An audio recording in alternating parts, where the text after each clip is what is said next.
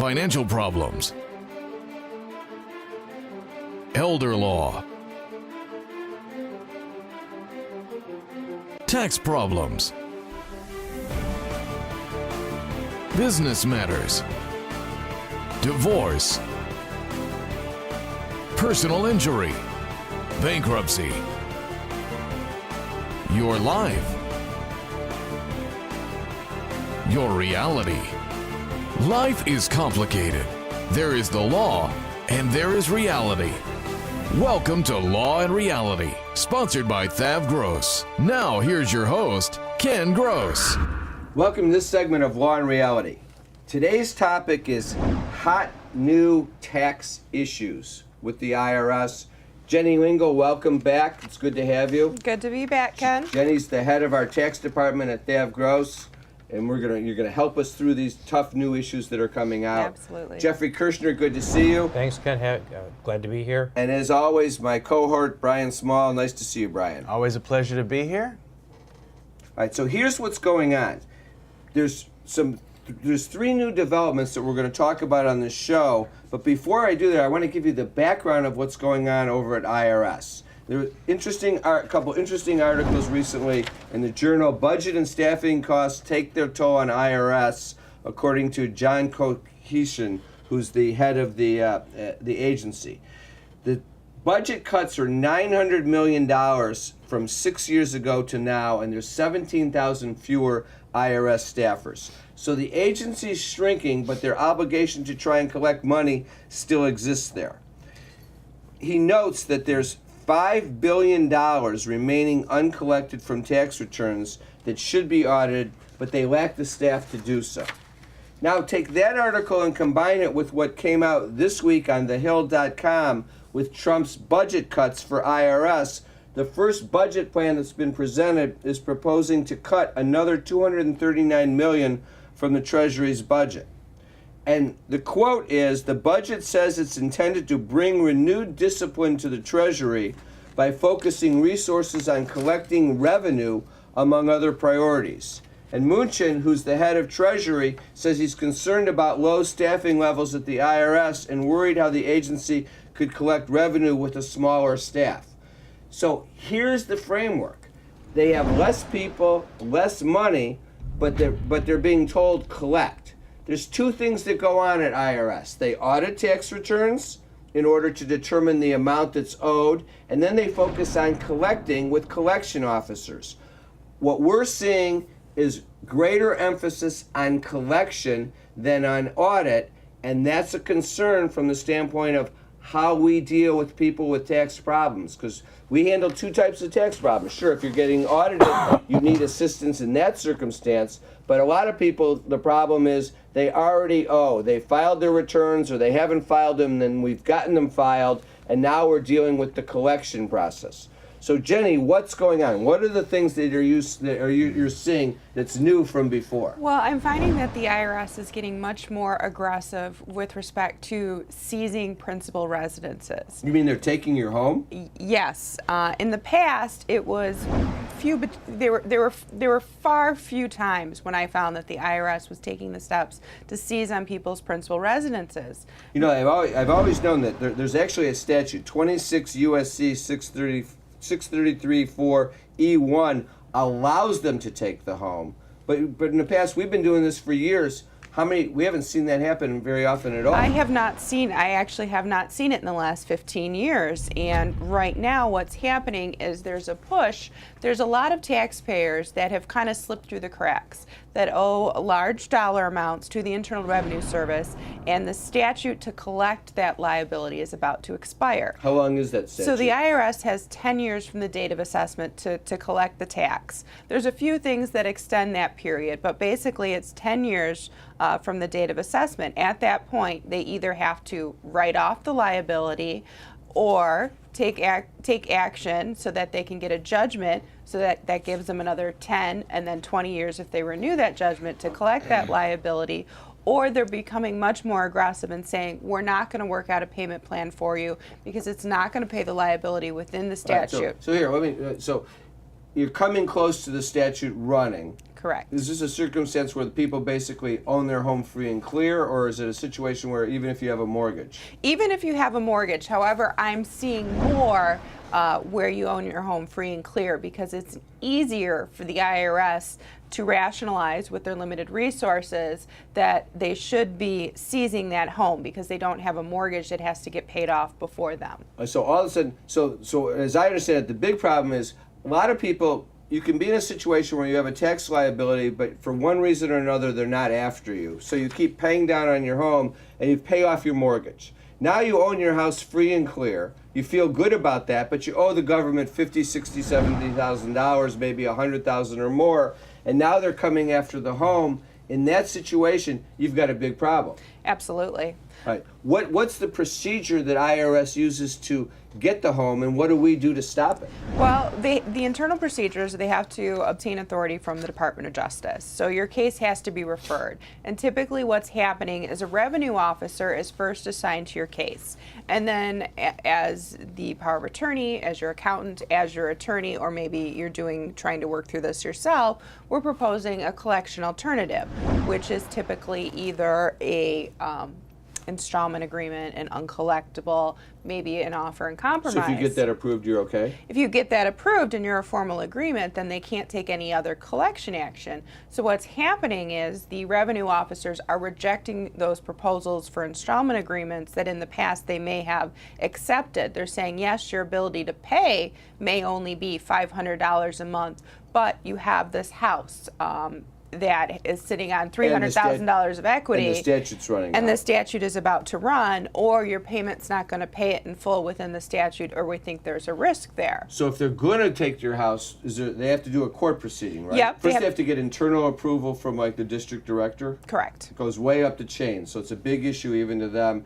And then what happens is you're going to get hit with a show cause summons from the federal court saying show up in court because there's an action by the IRS to seize your home. Correct. All right. We're coming up to a break, but here's the point. This is real, this is serious, and this is going to happen to some people. If it does, you need to know what do you do if you get that summons, and how can we try and argue to still save your home? And better not yet, we need to know what to do so that doesn't happen to you to begin with. What do you need to plan? We'll be back after the break. It's devastating, the effects of debt and foreclosure on you and your family. There is a solution. Worth Ave Gross, our firm will solve your problem. Some fear the word bankruptcy, but in reality, it's a strategy to save your home and to eliminate debt. If you're in financial trouble, timing is critical. You need to take action now. We've been saving homes and eliminating debt for over 33 years. Call Fav Gross 888-235-HELP. Carrying too much debt? Resolve your debt. Call Fav Gross. You don't need to be broke, and you don't need to hit rock bottom. If you have income and you're struggling with debt, dump it. Think about the next 10 or 20 years. If you do what the banks tell you, you'll have nothing to retire with. There is a solution. Don't waste your future. Call Fav Gross. We're experts at eliminating credit card debt. 888-235-HELP. That's 888-235-HELP. A lifetime of hard work. If you don't have the right plan in place, you can lose your home, your savings, and more. And you didn't come this far to lose everything. Samasco Law wants you to know that laws are changing. Today, the average cost of nursing home care is $85,000 a year. With proper planning, we can help protect your life savings and get you the Medicaid nursing home benefits you deserve. How much can you afford to lose? Call Samasco Law today. If you're retired and in a financial crisis, there is a way out. It pains me when I see a retired couple exhaust their savings by paying credit card bills and for a home hopelessly underwater. Fav Gross specializes in helping retired people in financial crisis. You just can't keep paying until you're broke. You need to address the problem now. 888-235-HELP. That's 888-235-HELP. Worth Ave Gross, our firm will solve your problem. You can't work. You have to deal with pain and stress. Worse yet, our system for applying for disability benefits seeks to deny you the benefits you're entitled.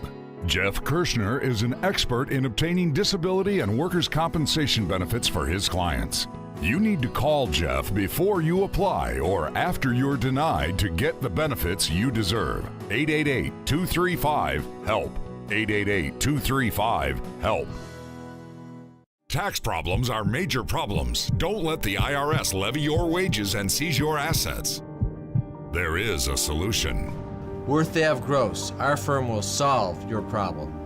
If you're behind on your taxes and owe money to the IRS, call Thav Gross. We've been solving tax problems for 32 years. We stop wage levies, resolve unfiled returns, and obtain the best possible settlements. Call Thav Gross today, 888-235-HELP. All right, so this is the situation. You own your home, you have no debt on it, and all of a sudden, but you owe taxes, and IRS is coming down on you to seize the home. You get this show cause notice from the court. It's a summons. Step number one, absolutely you can't ignore it. If you ignore it, you have guaranteed that they will seize your home, because when you don't show up in court that day, the magistrate's gonna stamp the order, and then it's a done deal. And if you try and come back into federal court, and first of all, it's an uphill climb. You don't want to come back into court and say, I'm sorry I didn't show up to the first court hearing, Judge, but these are the reasons why I want to keep my home. You're handicapping yourself to the point where you have no chance. So you need to act immediately if you get one of those show cause hearings. But it's a big problem, because the standards are you need to be able to you can't contest the tax in this hearing. All you can do is try and show that they either procedurally didn't do something correct in the process of trying to take the home, a technical defense, or you have to make an argument that says there were other alternatives to the government to collect the tax. Now, Jenny and I and Brian, we've been talking about this, and we see a potential strategy to say, let's give them a judgment, extend the period for another 10 years to collect the money, and then allow us a payment plan to do it. We're going to argue to the judge, it's equitable, it's in the judge's discretion, don't take these people's home. That's the argument to make, and we're hopeful that it will work. But if you're in this situation, it's very serious. And I think to take a step back from that, some people that are in this situation, their solution was, well, I'm just going to refinance the home and give the money over to the IRS. And the IRS you can do it. Is happy to do that, because then they don't have to use their manpower to go through this process. The problem is we're finding a very hard time getting lenders who are willing to work with you when you have a tax problem. The IRS will subordinate their lien if they are receiving the funds. Which means make their lien come under the new lender's lien. Correct. So the biggest concern the lenders have is, hey, if we're going to lend money, we want to be in the first position. The IRS understands that. So in certain circumstances, they will agree to subordinate. But the problem is finding a lender that is willing to work with us in those situations. Yeah, because the conventional lender says you still have the tax problem, particularly if the tax is not being paid off in full. Correct. If it's being paid off in full, then you have a better we chance. Usually have an easier time getting that. If it's not, the lenders, some of them are just not understanding the process, and others just don't want to deal with that type of situation. Other possible remedies, Brian, if in an emergency we could throw them into a 13 or a Chapter 11 if we had to? You have the ability to restructure the debt and utilize Chapter 13 or Chapter 11 and ostensibly pay back whatever the tax liability is over 5 years.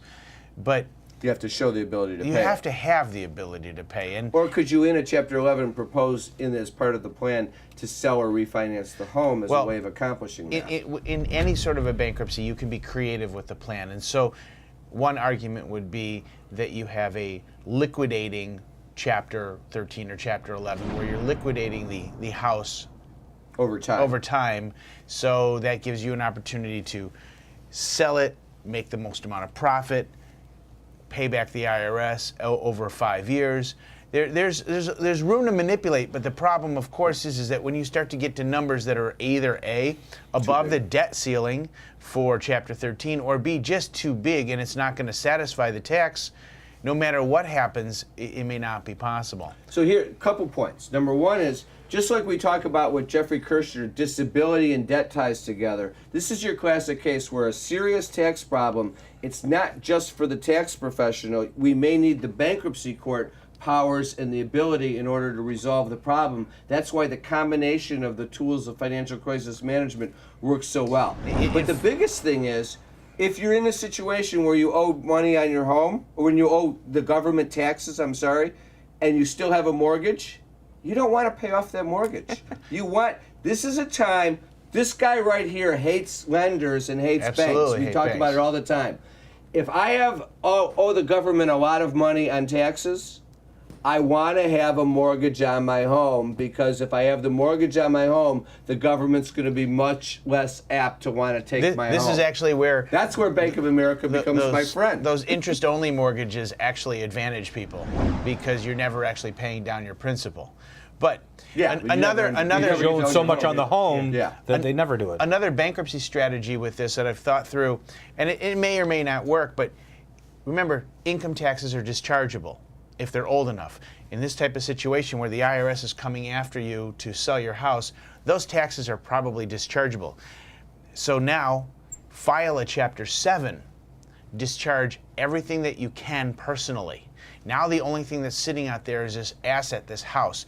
Maybe by filing the Chapter 7, the IRS does one of two things. They either accidentally release their lien, which happens all the time, or second, because it gets pulled out of the court system and the revenue officer and gets pulled away into the bankruptcy court. By the time the bankruptcy is over, reshuffling may put it to the point where the statute runs out. And the other issue, by the time I get to Phoenix. And the other issue is, if it is a Chapter 7 and they are able to discharge that tax debt, let's say they have a $250,000 home, but they owe $500,000 to the Internal Revenue Service. They may lose their home, but they may come out of that debt-free with respect to the taxes there. Bottom line on this issue, it's a real serious issue. If you're in this situation, before you, if you owe a lot of money to the IRS and you have a lot of equity in your home, you need to get in here now and start planning for that. Don't even wait till you hear from the collection officer with the summons. It's a serious problem that needs to be a quick remedy. For sure, if you haven't been liened yet, there are things that you can do to protect yourself. But once that lien's there, you need to really take action quickly on this issue. I know there's a couple more issues coming up. I know one, and I'll kind of throw it out there before the break. Collection officers are visiting you at your home and your business. Absolutely. What's that about? When we get back from the break, Jenny's going to explain it. Is the debt piling up? Struggling to get by? It's all about preserving future income. Bankruptcy is one option. When it's right, it's the least costly, most effective way to save your home, eliminate a second mortgage, and wipe out credit card debt. But you need to address the problem now. We help people with bankruptcy. Call the experts. Worth Ave Gross. Our firm will solve your problem. 888-235-HELP. That's 888-235-HELP. A lifetime of hard work. If you're approaching retirement and don't have the right plan in place, you can lose your home, your investments, and your savings. And you didn't come this far to lose everything. Putting a solid strategy in place with Samasco Law legally protects your assets as well as your wishes. Since a will doesn't cover you medically or financially, Samasco Law goes beyond ordinary asset management protection to safeguard everything you have. How much can you afford to lose? Call Samasco Law today. If you're retired and in a financial crisis, there is a way out. It pains me when I see a retired couple exhaust their savings by paying credit card bills and for a home hopelessly underwater. Thav Gross specializes in helping retired people in financial crisis. You just can't keep paying until you're broke. You need to address the problem now. 888-235-HELP. That's 888-235-HELP. Worth Ave Gross. Our firm will solve your problem. Let's do announcements. Want to remind our viewers to listen to us Tuesdays noon to 1, 6 to 7 p.m. Law and Reality Live on WCHB 1200 99.9 FM.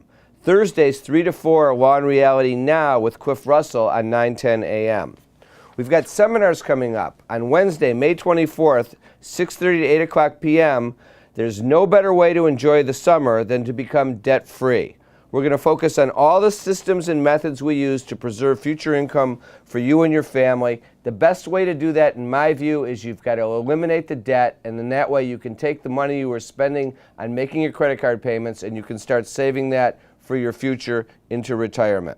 Attendees also get a free copy of my book, Dump Your Debt. Sign up at lawandreality.com, thavgross.com, or the old-fashioned way, call 888-235-HELP.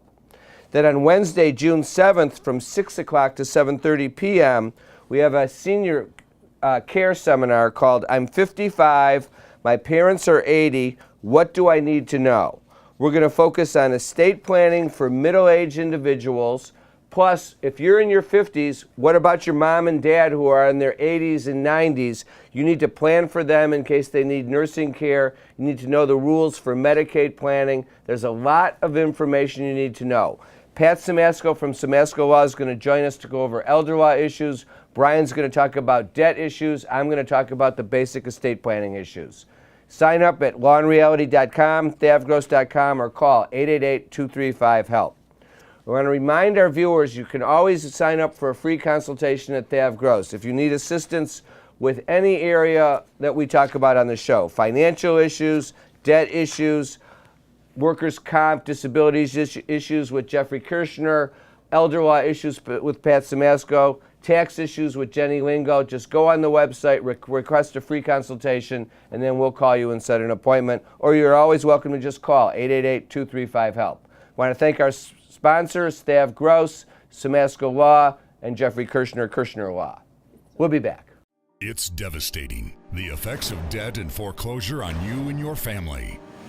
There is a solution. We're Thav Gross. Our firm will solve your problem.